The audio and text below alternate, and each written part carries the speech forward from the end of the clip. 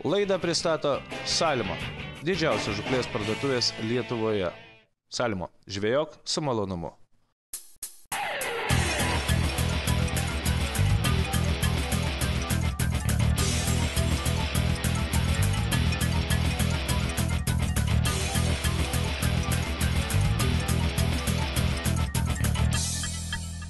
Sveiki visi žiūrintis laidą Vienam gale kablys, labas rytas Dainio. Labas rytas. O ten va Baltijos jūra, mes dabar Demersetą ir šiandien jūsų laukia įdomi laida. Spinigavimas Baltijos jūroje. Tikrai viena iš tokių rytesnių laidų, nieko bendro su starkiais, ešeriais, lydekom upėtaikiais ir visais kitais plėšrūnais. Šiandien mes gaudysim vėjažuvis, ar ne? Ko tu taip atsidusai? Įsivaizduoju. Įsivaizduoja. Taip, tai iš tikrųjų reta žuvis, kurie atplaukia pas mus į Lietuvą neršti, kažkurį laiką pabūna priekrantėje ir yra žuvaujama būtent spinigais. Na, o kaip visą tai vyksta, jūs būtinai pamatysite netrukus. Dabar prie jūros. Jūra gražiai anksti iš ryto.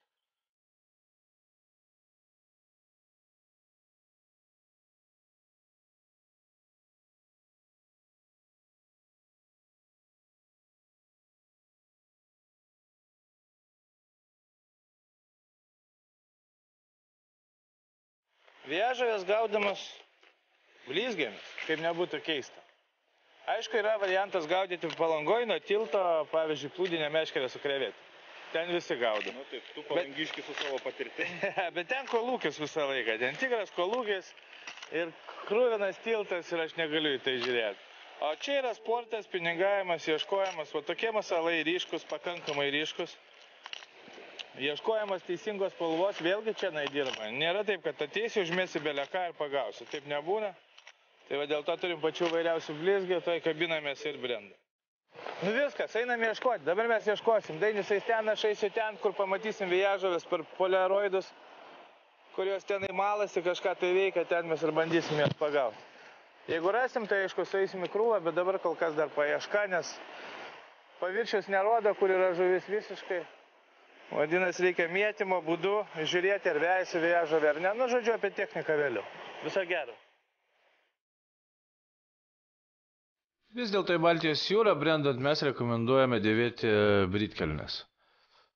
Gal geriau kvėpuojančias, o gal geriau ir guminės. Vis viena vanduo dabar vasaros pradžioje nėra toksai karštas, šaltas ir įsibridus. Atmasikuoti gerą pusvalandį su trumpikėmis dėja neišeis. Na, o apie blizgių spalvas, pasirinkimą ir kokias mes atradome, būtinai papasakosime šiandien.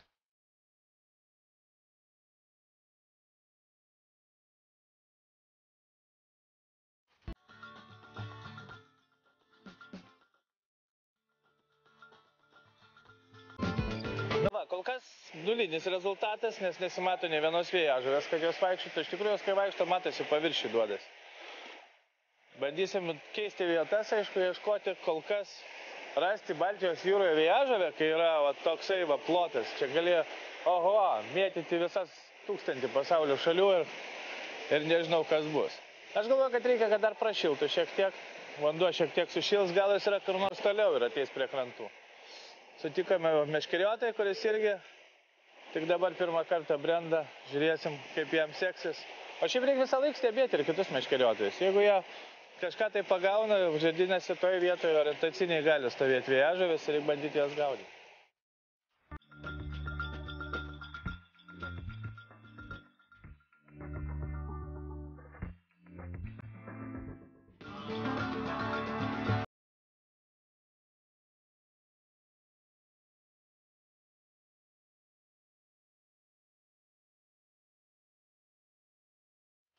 Galvojau, kad jau lašiša kokia užkibo.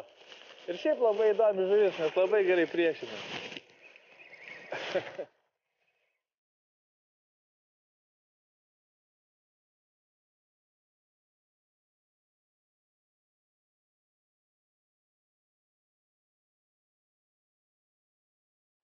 Baisu. Ai, šokė ant vandens. Va, kodėl žvėjas vadina gandrais. Pažiūrėkite snapą, pažiūrėkite, kiek dantų turi. Baisus reikalai.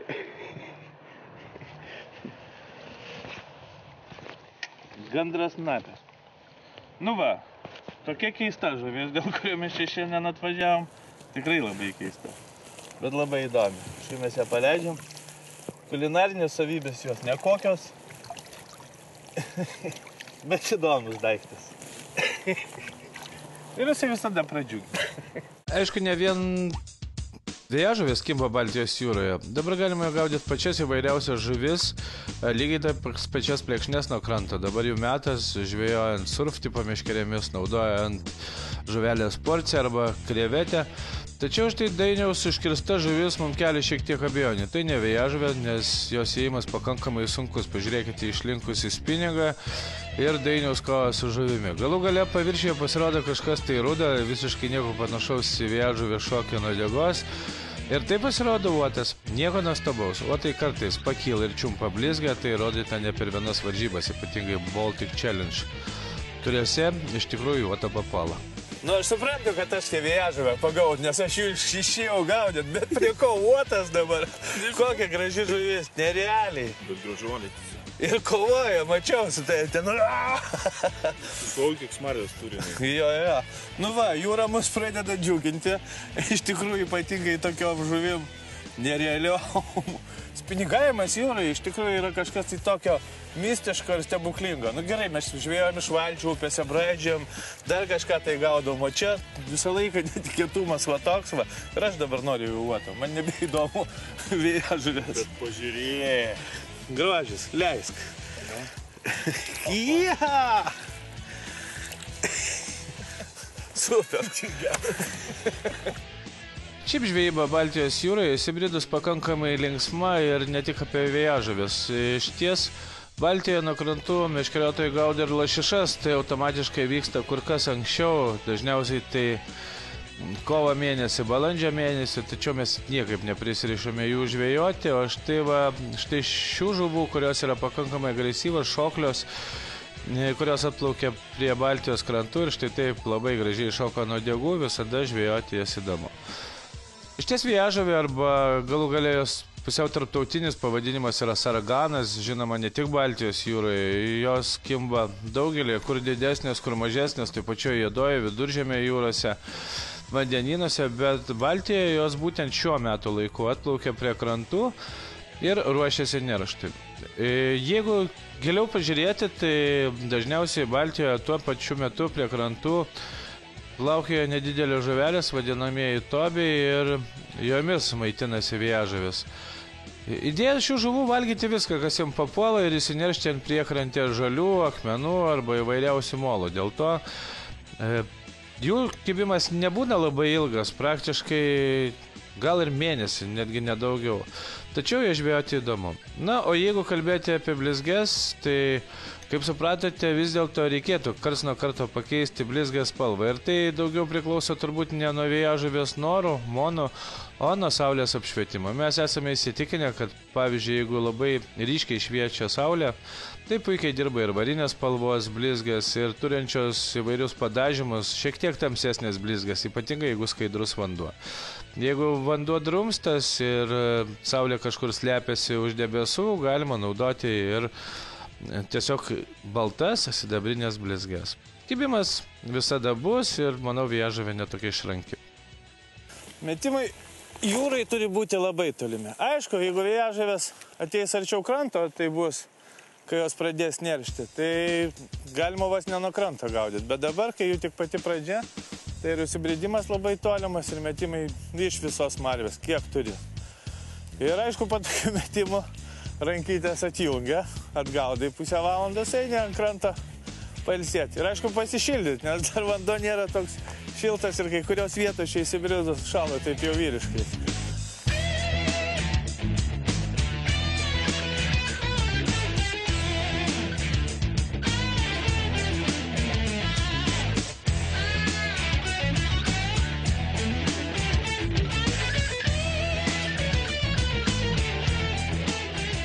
Juhu!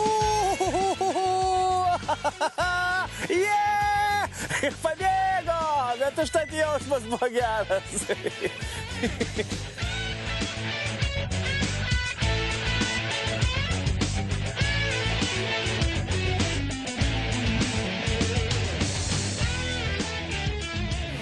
Nu, bet tokia pradžia, sėkminga ir linksma.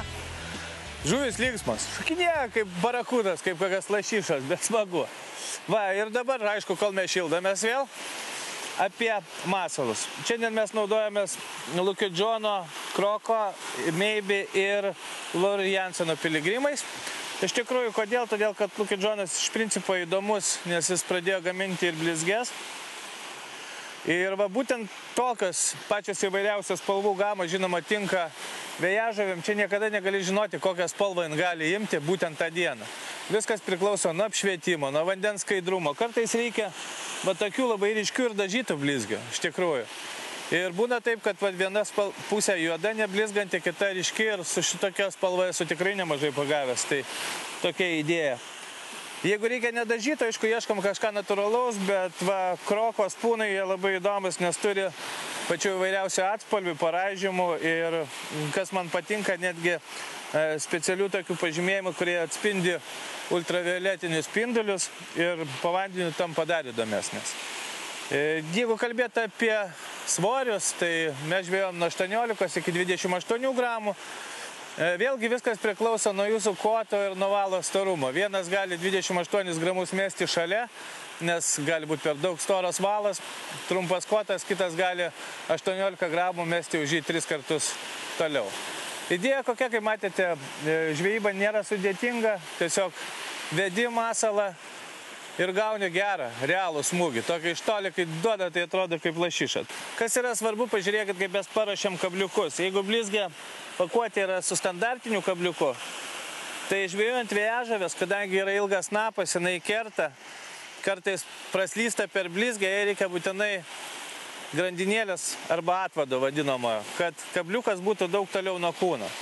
Ir mažesnis kabliukas. Tai mes keičiame kabliukus tiesiog darydami štai tokią labai elementarų dalyką.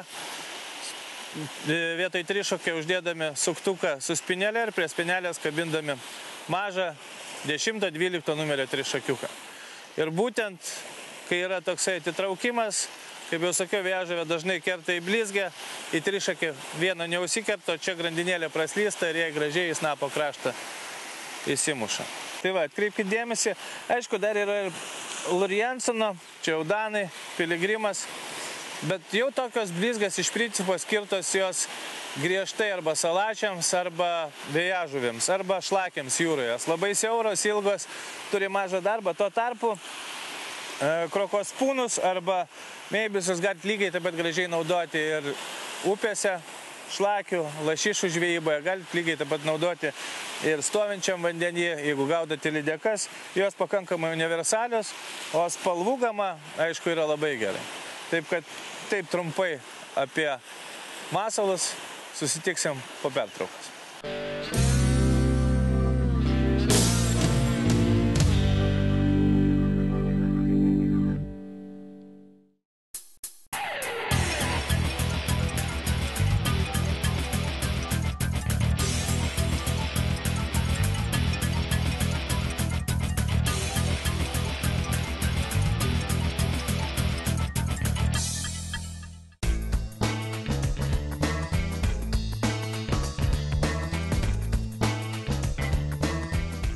Sveiki sugrįžę, antroji mūsų laidos dalis po pietų. Rytinis kibimas buvo trumpas ir konkretus. Dabar bandysim po pietų, bet va, kiek žmonių, lygiai ten, kur mes buvom įsibridę. Taip kad, jeigu ant kranto matai tiek žmonių, vadinasi, vėjažuvių pagauti įmanoma. O jeigu įmanoma, aš galvoju, mes jūs ir pagausim. Kodėl ne? Tai va, antra dalis ir dar, tiesa, turime dar mes ir Eugenijų, kuris laukia mūsų parduotuvėje ir turi tikrai labai gražios ir teisingos informacijos apie tai, ką reikia dėvėti gamtoje. Taip, prie Nemirstatas jūs niekada nebūsite vienas, keista, kad ryte mes buvome ramus ir žvejojame paprastai, tačiau čia iš tikrųjų pakankamai ilgas ir gilus išbridimas, jeigu vėjažuvė stovi toli, tai reikia ir mesti toli. Meškeriotojų čia netrūksta ir jūra toks daiktas, kad vietos jie irgi netrūksta. Atsitraukite nuo meškeriotojų per 50, 60, 100 metrų ir vis viena, jeigu jau vėjažuvės kažkur tai ten gyvena toliau, tai jos jumis ir kibs. Po pietų mums viskas sekasi pakankamai gražiai, žuvis atsigavusios ir mes galvojame, kad iš ryto tas toks nebuvo super aktyvus kibimas, todėl, kad vanduo dar buvo šaltas. Na, per dieną vanduo pašėlo ir štai šios žuvis pradėjo griebti viena po kitos. Jos nebūna, žinokit, nei didesnės, nei mažesnės. Na, ten, jeigu nelyginsim uodegos ilgio ir snapo dydžio, bet iš principo jos tokios subrendusios žuvis atplaukusios prie Baltijos krantų, kimba pakankamai drąsiai ir aktyviai. Įdomu pagauti tokią žuvį. Patikėkit manim, nes smūgis, tas toli toksai galingas, visada palieka gražių įspūdžių. Smūgis, dieva!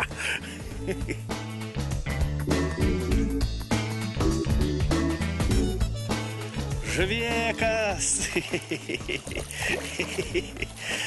Juhu! Pozuota į kamerą. Oba! Man labai patinka, kai taip atsikabina, kad nereikia terliotis rankų, nes labai žali žvynai. Ir jie tiesiog aplimpa visą meškerę. Bet smūgiai ir jėgos labai geras. Labai graži pozuota, ne žuvis? Tai va, tai mes čia linksminamės. Labai gerai leidžiam laiką. Baltijos jūrai nedažnai taip išeina, kad taip gali įbristi be bangų. Gerai turėti laiką ir džiaugtis gerai kimbančią žuvį.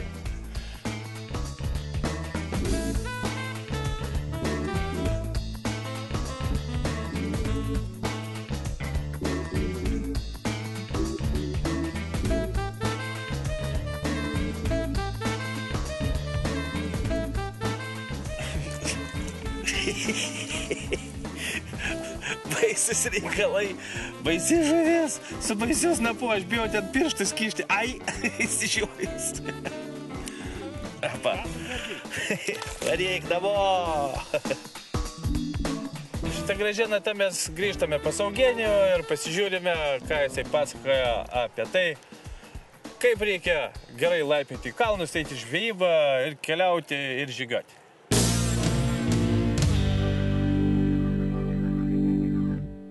Tai gerai, Eugenijau, dabar įsiaiškinkim.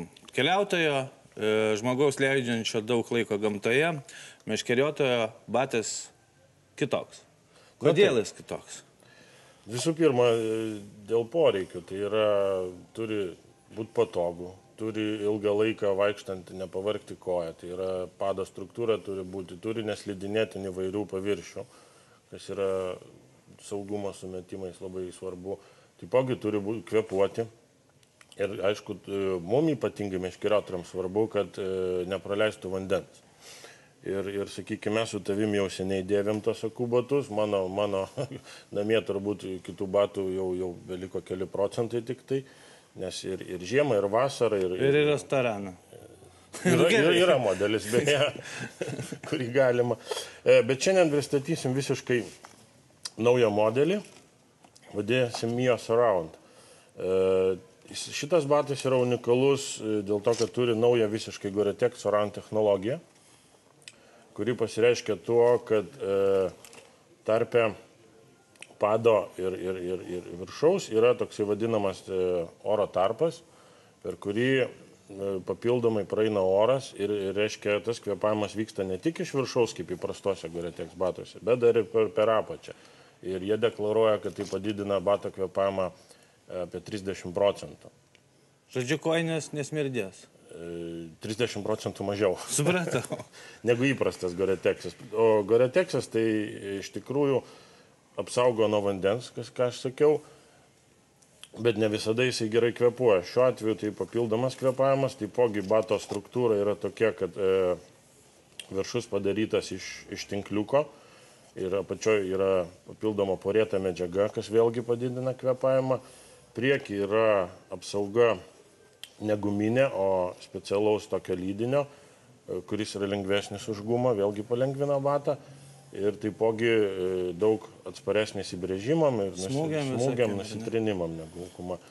Padas yra Vibramo ir iš specialaus lydinio Mega Grip. Taipogi turim ir tokių linksmesnių visokių, galima irgi su Gore-Texu. Moteriškas naujas modelis šiemet atsirado melsvos spalvos, na, pas mus tokia gausis mada, kad mėlyna dominuos. Bet ir žalios yra sugeltos. Yra ir žalios, yra ir juodų, ta prasme, pasirinkimas didžiulis, batai tikrai kokybiški. Žodžiu, pati idėja iš principo, kalbam apie tai, kad batas turi būti visą laiką ar meškeriotojo, ar keliautojo sausas viduje, Sausas būtinai. iškvėpuoti ir neįleisti vandens. Na, Tai yra pagrindiniai aspektai. Ačiū Eugenijau, grįžtam ten.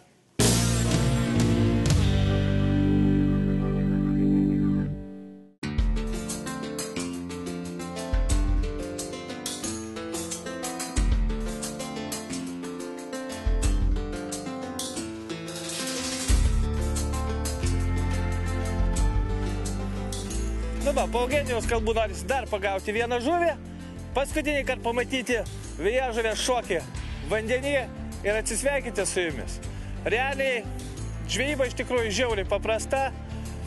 Geriausiai, ką mes rekomenduotumėm, tai aišku, kotus pakankamai ilgus. Aš gaudau 2,70, Dainius gaudo 3 metrų kotų. Iš principo metimai tokie patys, nes mano valas šiek tiek plonesnis. Taip, kad, o daugiau proto čia nėra, žinok, šitoj žvejybai. Radai maždaug vietas, kur jų gali būti, to jų gali būti visur. Palangoj, Nidoj, Juodkrantėj, čia, kur mes gaudame, Nemirsetoj, žodžiu visur. Realiai, ir su kiekviena diena jų bus vis daugiau. Ir jūs jas gaudykit. Tikrai gaudykit, nes tai yra smagu, sportiškai, įdomu. Bet nevalgykit, nes skanesnių žuvų tikrai yra. Ne tik jūrai, bet ir ežere. Ok, nei žvyno, nei uodegos, dar vienas šokis ir susitiksim lygiai po savaitę.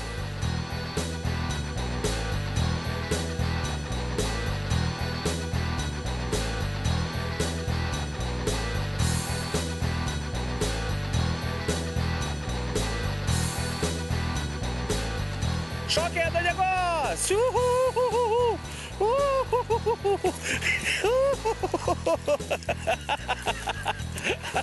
Yeah! Super!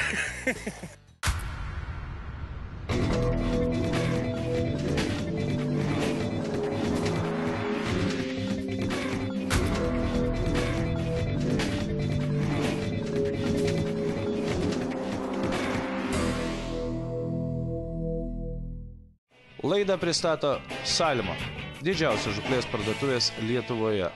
Salmo, žvejok su malonumu.